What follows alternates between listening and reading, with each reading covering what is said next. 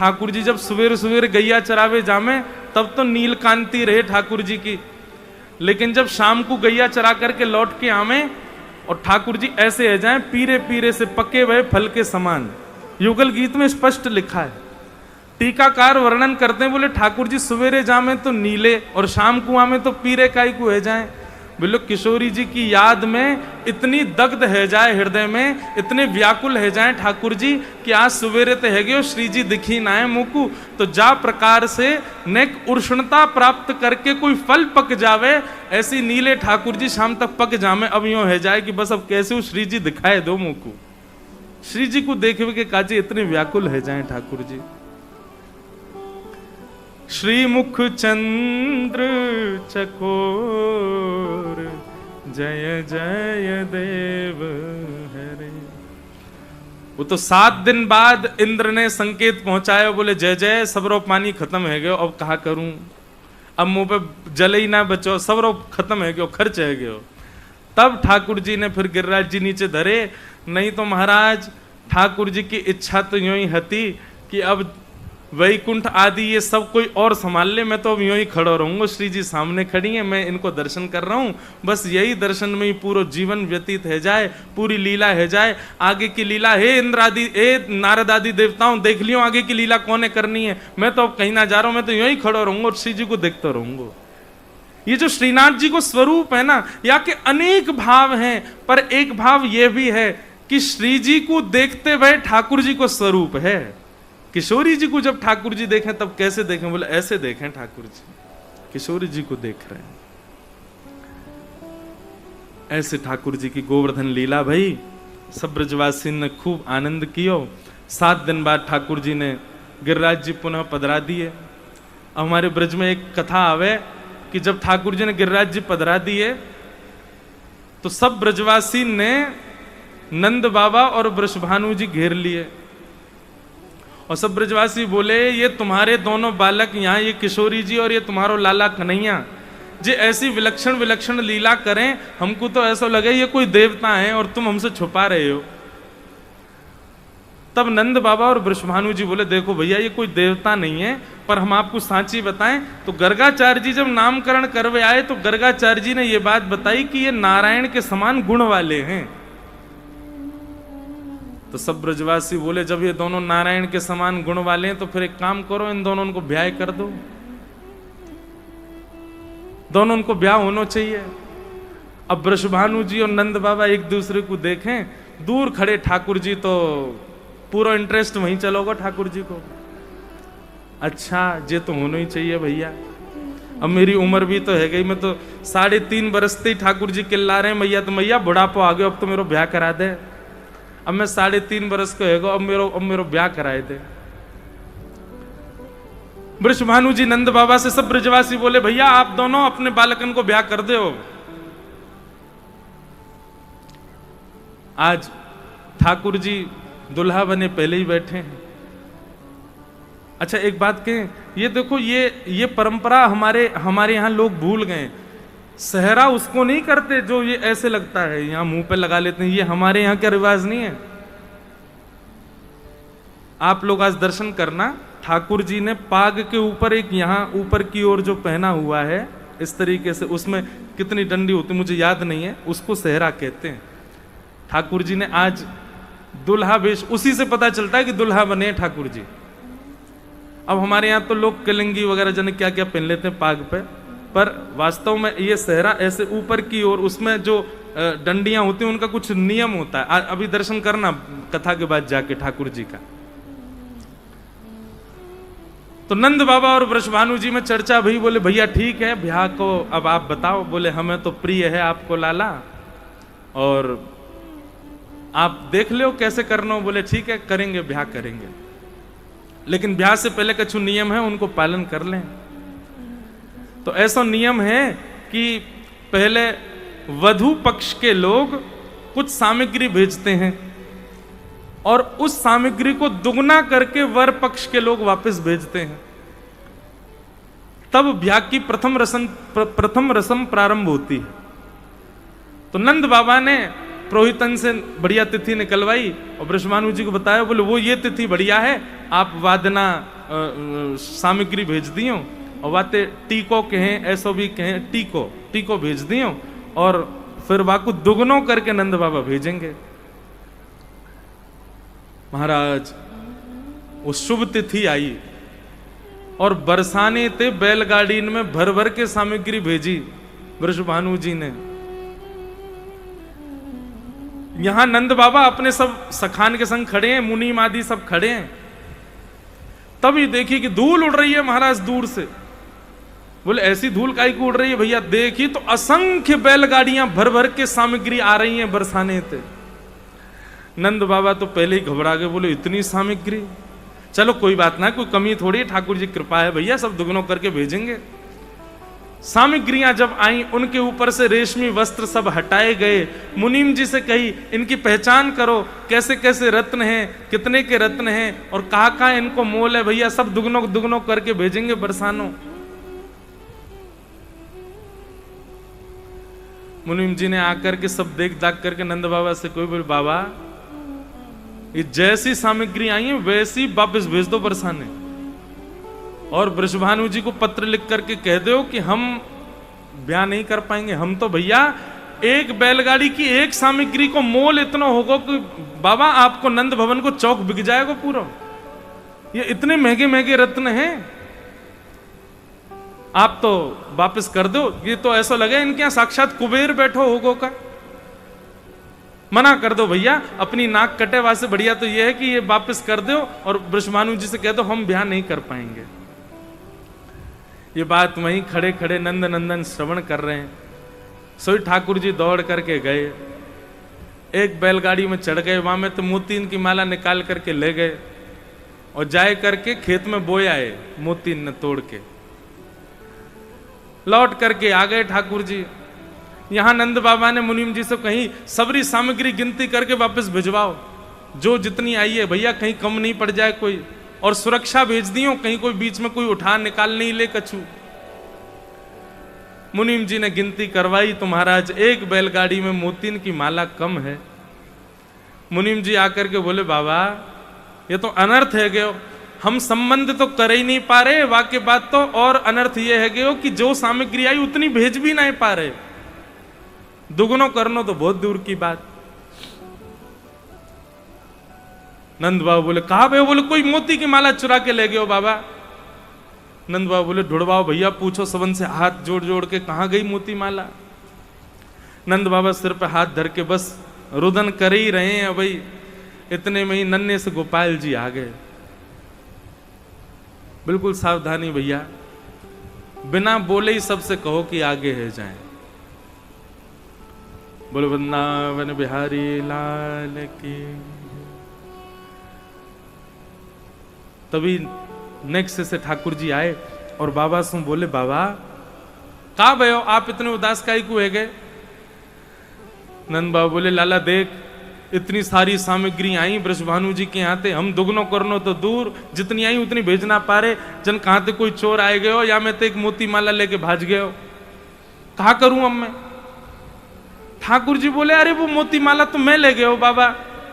बोले तू काहे को ले गए हो? बोले मुनीम जी आप तो यूं कह रहे कि भैया हम पे तो इतनी सामग्री नाए बनेंगी, दुगनी करके हम तो नाए भेज पाएंगे, तो जितनी है उतनी वापस भेज दो। मैंने सोची कि वैसे मैं इतना बड़ा हो गया हूँ, मेरा ब्याह ना है रहो, और अब जब वापस ना ही करे दुगने करके तो बाबा ना जाने कितने दिनों बाद मेरा ब्याह करेंगे, ब्याह तो होना चाहिए अब मेरो। तो मैंने मन में विचार करी, बाबा हमारे इतने बड़े बड़े खेत, उनमें जाए करके आप जुताई बुवाई करो तो इतने सारो अनाज हमारे घर में है जाए। तो मैंने तो एक मोती की माला लई तोड़ के और सबरे मोती बोए दिए खेत में। वो मोती बोवेंगे, उनमें ते अंकुरित वृक्ष होंगे, फिर वृक्षन में जैसे फल लगे ना ऐसे मोती लग जाएंगे, और मोती इनको तोड़ तोड़ के दियाएंगे हम वृषभानु जी को। पर मेरो ब्याह कराए दो आप, ब्याह मत रोको। नंद बाबा बोले, अरे लाला तू बड़ो भोरो है भैया, अरे मोती बोवे तो कोई मोती थोड़ी होयो करें। अब तू चल जल्दी मेरो हाथ पकड़ के ले चल, कहां बो के आयो, कौन कौन सी जगह तेने वो तो को याद तो है ना। बोले बाबा लेकिन मुझको शर्त लगाओ कि आप मेरो ब्याह कर दोगे। बोले अरे बात की बात है, तू पहले मुझको बता तू कहां भोग के आयो। ठाकुर जी नंद बाबा की उंगली पकड़ करके लेकर के गए और महाराज जैसे ही खेत में जाए करके देखो है, वहां तो दिव्य दिव्य मणियां रत्न और मोतीन के बड़े बड़े वृक्ष खड़े हैं और असंख्य मोती असंख्य मणियां असंख्य रत्न लगे हुए हैं। नंद बाबा की आंख खुली रह गई, मुंह खोलो रह गयो। बोले लाला जे खा भयो। बोले कछु ना बाबा, मेरो ब्याह कराए दो। अब इन सबन को तोड़ तोड़ के दुगनो दुगनो करके बरसानो भेज दो और श्री बृषभानु जी से कह दो अब ही तैयारी करें, बाबा मुंह पे रुको ना ही जाए रहे हो। अब तो जल्दी घोड़ी मंगाओ, मुंह को बैठा के दुल्हा बना के ले चलो, मेरो ब्याह कराए तो ब्याह मत रोकियो बाबा। तब नंद बाबा हर्षित भये और लाला को अपनी गोद में उठाए करके खूब आनंदित भये। अच्छा देखो, ठाकुर जी की लीला प्रत्यक्ष प्रमाणित कर देती है कि वो भगवान है, लेकिन ब्रजवासी मानते ही नहीं कि वो भगवान है। ब्रजवासी इतने सीधे हैं, इतने सरल, उनको लगता है ऐसे ही हो गया होगा भाई, जैसे हम बीज बो में वैसे मोती बोते है गए होंगे। जब प्रेम इतना बढ़ जाता है ना, तो आपको वास्तविकता और जड़ जानने की इच्छा नहीं होती। जो दिख जाता है आपको विश्वास हो जाता है कि हाँ ये ऐसा ही होगा। ये प्रेम की पराकाष्ठा जिसमें हो उसका ऐसा लक्षण होता है। वो ज्यादा गहराइयों तक पहचानने की उसकी इच्छा नहीं होती। ऐसा कैसे हो गया, ये कैसे हो गया, ये कैसे संभव है।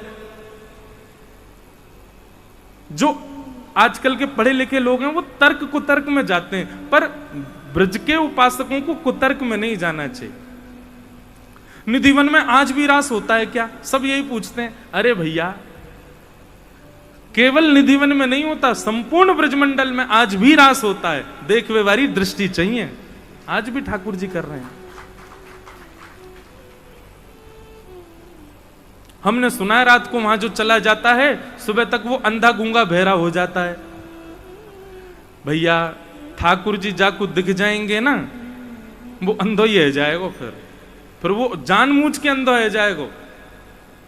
ठाकुर जी को देखे हुए के बाद स्थिति है जाएगी, अपने आप ही आंख फोड़ दोगे ताकि मैं कोई और देखूं ही ना। भैया यही छवि रहे मेरे नेत्रन में। ठाकुर जी को देखे हुए के बाद कोई और की सुनाई देवेगी ना, अपने आप बहरे रह जाओगे, मन ही ना करेगो कोई और को सुनवे को। ठाकुर जी दिख जाएंगे तो है सके अपनी जवानों काट ले, वो बोलना ही ना है, मैं मौन रहूंगा। भैया सदा ये जोड़ी मेरे चित्त में रहे, ये स्वरूप मेरे चित्त को कभी त्याग नहीं करे, अपने आप ही आप ऐसे रह जाओगे। ये आश्चर्य की बात क्यों लगती है लोगों को वृंदावन के प्रति? पहले उस स्थिति में तो पहुंच जाओ, पहले अपनी स्थिति तो वैसी बना लो कि ठाकुर जी आपको अनुभव करावें अपना।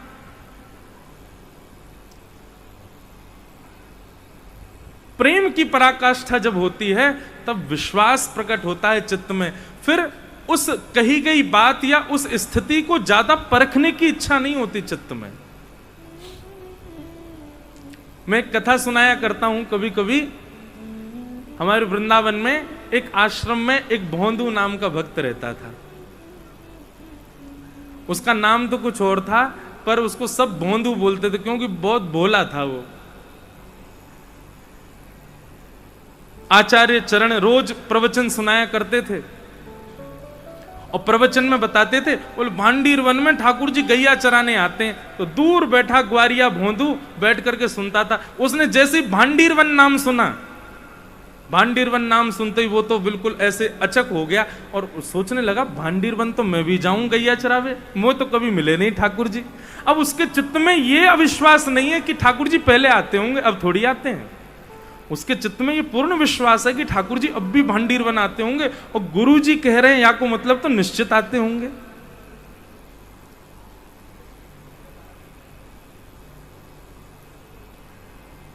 आज जब गैया चरावे गयो भोंदू, अपनी गैयान को छोड़ करके और ढूंढ रहे हो कहां होंगे ठाकुर जी, कहां होंगे श्याम सुंदर।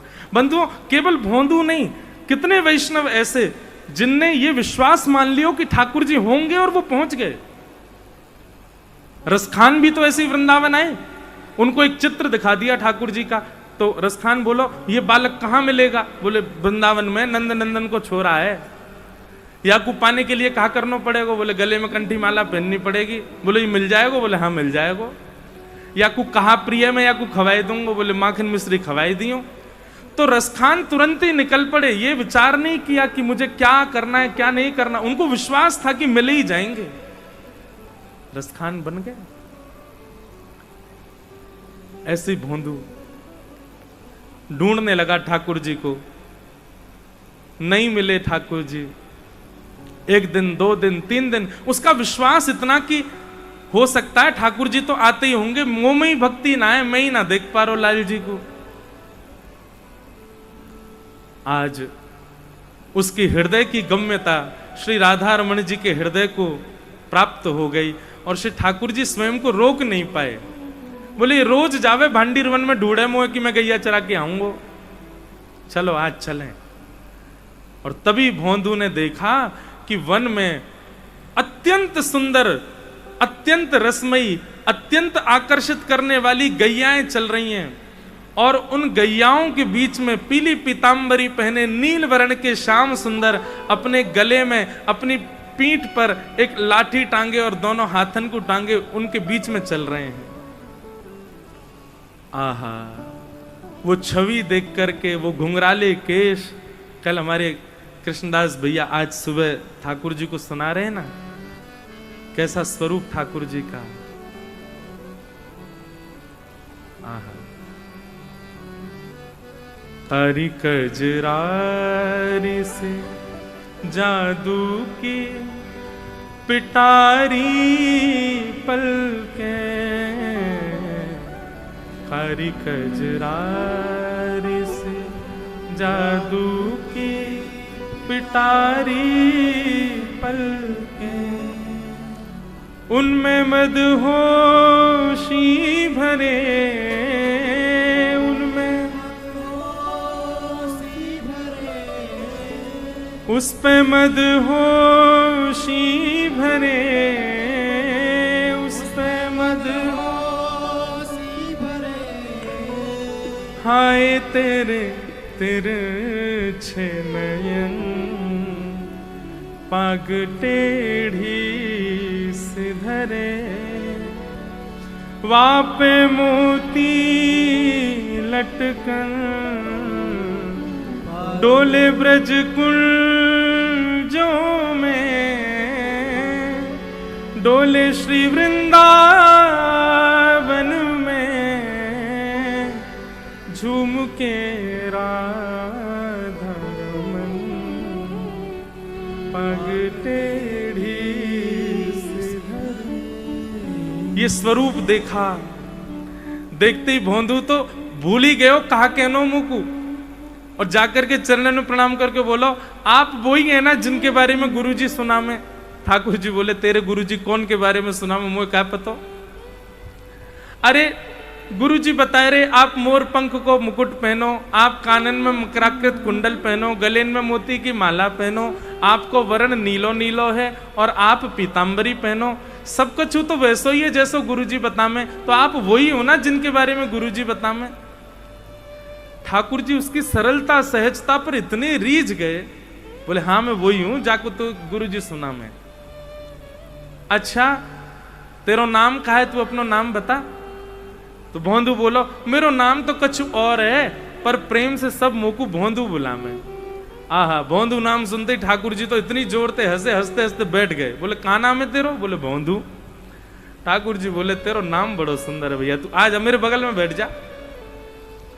भोंदू बैठ गयो। अब ठाकुर जी से नजर नहीं हट रही है उसकी।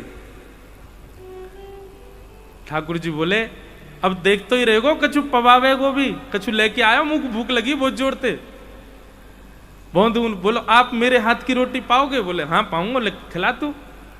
तुरंत भोंदू ने अपनी गमछा में बंदी भाई 2 रोटी दे दी ठाकुर जी के आगे, गुड़ रख दियो और टेंटी को अचार धर दियो। ठाकुर जी तो बढ़िया वासो पान लगे। पाते पाते भोंदू बीच में बोलो अच्छा सुनो लाल जी, एक रोटी छोड़ दियो, मुंह में भूख लग रही है। आपको देख के तो ऐसा लग रहा है कि आपकी मैया ने कछु खवाया हो ना, इतने भूखे लग रहे हो। ठाकुर जी और जोर से हंसने लगे।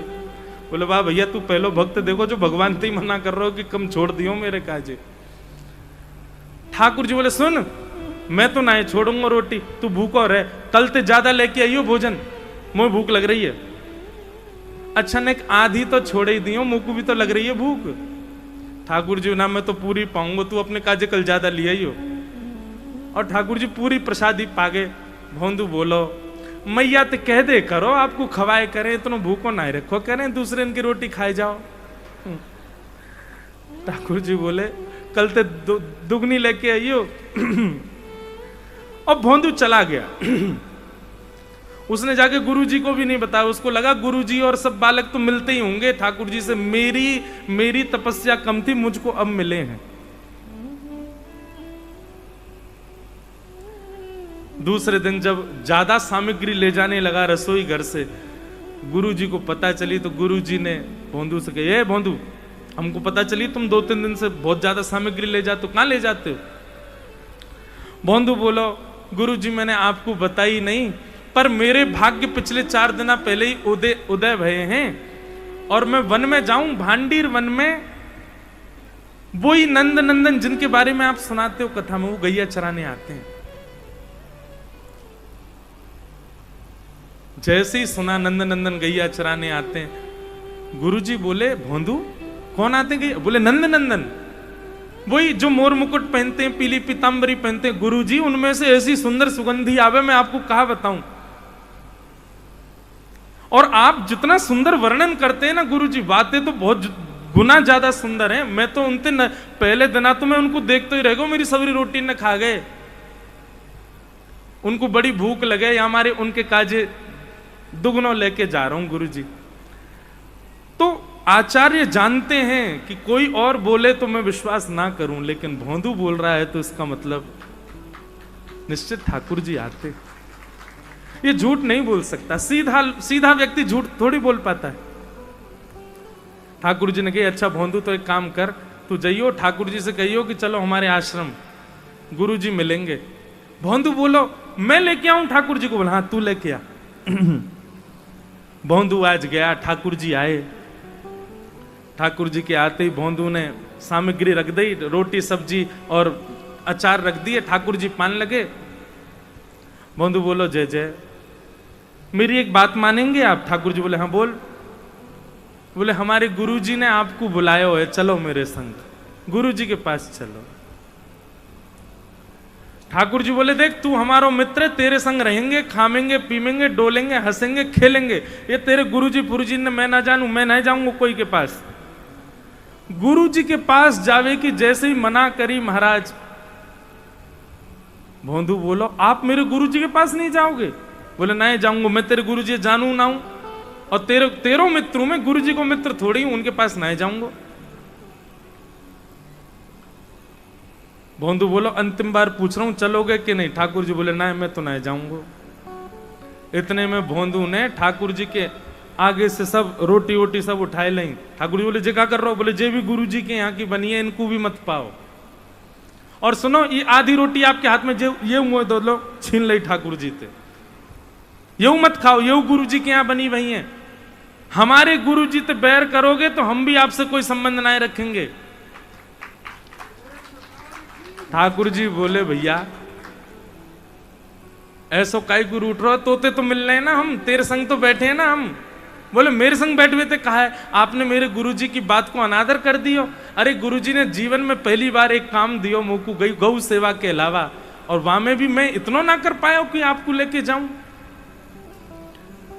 धीरे धीरे फिर कहते ठाकुर जी चले चलो ना, गुरुजी बड़े बढ़िया हैं मेरे, उनकी वजह से तो आप मिले हो मोकू। ठाकुर जी बोले हम नहीं जाएंगे।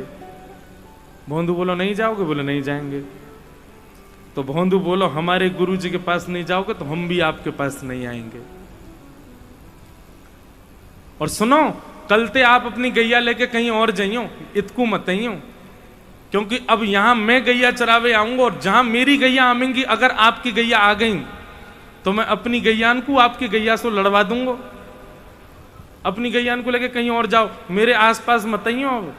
ठाकुर जी उसकी बात सुनना। बोले अच्छा तो पता है कितने बड़े बड़े संत तपस्या करे मेरे दर्शन करवे के काजे, और मैं तेरे पास ऐसे ही आ जाऊं सहजता में, यूं कह रहा हूं मैं मिलूंगा ना? तो बोले मैं संत थोड़ी हूं, मैं तो भोंदू हूं, मुझे कोई तपस्या की जरूरत थोड़ी है, मैं तो अपनी गैया चरावे आऊं, वो तो अपने काम ते काम है, अपनी गुरु जी की कथा सुनूं रात में। अब तुम कहीं और जाइयो गैया चरावे। और ऐसा कह के भोंदू तो वहां से उठ के चल दियो अपनी गैया इकट्ठी करके। ठाकुर जी कहे, ए भोंदू रुक तो जा। भोंदू बोलो, अब तभी रुकूंगो जब ये वचन दोगे कि गुरु जी के पास चलूंगो। भोंदू चल तो जा रहे हो, ठाकुर जी उसकी ओर देख रहे हैं।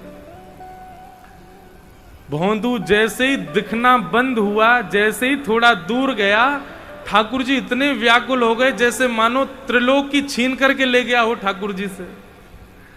दौड़ करके ठाकुर जी गए और जाकर के भोंदू के कमर के ऊपर ऐसे चढ़ गए पद्दी पर, और पद्दी पर चढ़ के बोले, चल इतना हट करे, लेके चल अपने गुरु जी के पास, अभी चलूंगा, तेरे गुरु जी तो मिलके आऊं पहले मैं। भोंदू तो आनंदित है गयो, महाराज ठाकुर जी को ऐसे अपनी पद्दी पर चढ़ाई करके लेके गयो। शाम को समय गुरु जी आंगन में बैठे हैं, शिष्यन को पढ़ा रहे हैं, तभी गौशाला की सब गैया आ गई। गौशाला की गैया के मध्य जैसे ही गुरु जी की दृष्टि पड़ी तो कहा, देखो ग्वारिया भोंदू ऊपर से नीचे तक मट्टी में लदो भयो है, गोबर लग रहा है जगह जगह, और वाकी पीठ पर लद करके श्याम सुंदर मुरली मनोहर नंद नंदन चढ़ करके आ रहे। आहा, ये दृश्य देख करके गुरुजी तो आनंदित है गए। हमने अपनो घर छोड़ दियो, परिवार छोड़ दियो, वेद अध्ययन करवे लगे, इतने शास्त्रन को अध्ययन कियो, तब भी आपके दर्शन नहीं है पाए। और ये भोंदू अनपढ़ गंवार, अंगूठा छाप, केवल गैया चरावे, पीछे बैठ के कथा सुने। एक बात पर गुरु की पर विश्वास करके भांडीरवन चलोगे और ठाकुर जी को पकड़ के आश्रम ही ले आए 4 दिनों में। तो ठाकुर जी को भैया आपका भोलापन प्रिय है। ठाकुर जी के सामने तो भोंदू बन जाओ, ठाकुर जी के सामने तो सरल बन जाओ, ठाकुर जी के सामने तो सहज बन जाओ। जितनी सरलता और सहजता आपके चित्त में रहेगी, उतनी जल्दी ठाकुर जी आपसे मिलेंगे। और जितनी चतुराई अपने अंदर रखोगे, उतना दिन लगावेंगे ठाकुर जी। हमारे ब्रज में गामे, कौन पावे आँखों पार, प्रेम ने दिया की सदा उल्टी बहे धार। कौन पावे आँखों पार, प्रेम ने दिया की सदा उल्टी बहे धार। कौन पावे आँखों पार, प्रेम ने दिया की सदा उल्टी बहे धार। कौन पावे आँखों पार, प्रेम ने दिया की सदा उल्टी बहे धार। ओ प्रेम को प्रमुख यही वृंदावन धाम, प्रेम को प्रमुख यही वृंदावन धाम। प्रेम को प्रमुख यही वृंदावन धाम। प्रेम को प्रमुख यही वृंदावन धाम। प्रेम हित पायो श्याम रसिया ने नाम। ओ प्रेम हित पायो श्याम रसिया ने नाम। अरे हाँ, प्रेम हित पायो श्याम रसिया ने नाम। ओ प्रेम हित पायो श्याम रसिया ने नाम। याए जाने कहाँ गवा, जाने कहाँ गवा, याए जाने कहाँ गवा, जाने कहाँ गवा। हो प्रेम ने दिया की सदा उल्टी बहे धार। कौन पावे आँखों पार, प्रेम नदिया की सदा उल्टी बहे धार। और जननी की गति दई पूतना कूपे, जननी की गति अपनी मैया की गति दे दई पूतना को। पूतना कूपे। ब्रज भाषा को पद है, ध्यान से सुनियो। जननी की गति दई पूतना कूपे, जननी की गति दई पूतना कूपे। कैसे? विष देवे आई पाई मुक्ति ठेलम ठे। ओ विष देवे आई पाई मुक्ति ठेलम ठे। अरे हाँ, विष लेके आई पाई मुक्ति ठेलम ठेल। विष देने आई पाई मुक्ति ठेलम ठेल। खुले स्वर्ग के किवाड़, स्वर्ग के किवाड़, खुले स्वर्ग के किवाड़, स्वर्ग के किवाड़। हाँ भैया, प्रेम नदिया की सदा उल्टी बहे धार, कौन पावे या को पार। प्रेम नदिया की सदा उल्टी बहे धार। अरे कौन पावे या को पार, प्रेम नदिया की सदा उल्टी बहे धार। कौन पावे या को पार, प्रेम नदिया की सदा उल्टी बहे धार। कौन पावे या को पार, प्रेम नदिया की सदा उल्टी बहे धार। पावे या को पार, प्रेम नदिया की सदा उल्टी बहे। और क्या कर रहे हैं? विष्णु अवतार विश्व पोषण करन, विष्णु अवतार विश्व पोषण करन। सोई कर चोरियां अहीर घरन। सोई कर चोरी यहाँ अहीरन घर। निज प्रभुता विसार, प्रभुता विसार। निज प्रभुता विसार, प्रभुता विसार। हाँ भैया, प्रेम नदिया की सदा उल्टी बहे धार। कौन पावे या को पार, प्रेम नदिया की सदा उल्टी बहे धार। अरे कौन पावे या को पार, प्रेम नदिया की सदा उल्टी बहे धार। पावे या को पार, प्रेम नदिया की सदा उल्टी बहे धार। अरे कौन पावे या को पार, प्रेम नदिया की सदा उल्टी बहे धार। कौन पावे या को पार, प्रेम नदिया की सदा उल्टी बहे धार। ऐसे ठाकुर जी तो प्रेम के उपासक हैं भैया। प्रेम को प्रमुख यही वृंदावन धाम, प्रेम ही ते पायो श्याम रसिया ने नाम।